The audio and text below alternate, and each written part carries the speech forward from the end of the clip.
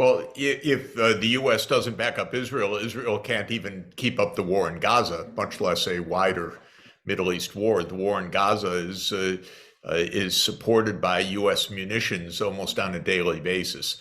So if the U.S. Cuts support, Israel has to stop. Period. It's not a matter of extending to Lebanon, the Red Sea, Iran. That would be a major war. By the way, a major war not only for Israel, but a major war for the United States as well. And the U.S. has just sent one carrier group back from the region back to the United States. So it's a signal that the U.S. is not at all interested in a wider war. There are crazy U.S. politicians like Lindsey Graham who loves war anytime, anywhere. And he said we need to bomb Iran. He used even more extreme language, but basically, this is not the position of the Pentagon, and it's not the position of the American people. You raised the question of whether the public has some say in foreign policy. In general, not very much.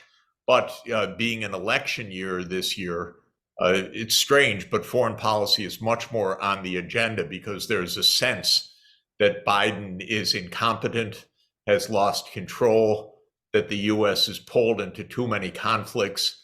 And this is weighing on public opinion, especially because Donald Trump has been against funding Ukraine and the But not Israel, right? the Republican base is really not in favor of this spending, or particularly in terms of these wars.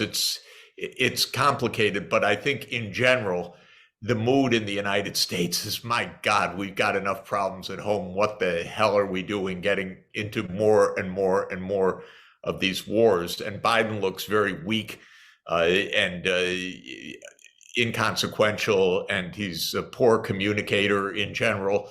So this is a time when American public opinion is having an effect, especially in the Republican Party, which is not really wanting to fund Biden's adventures abroad.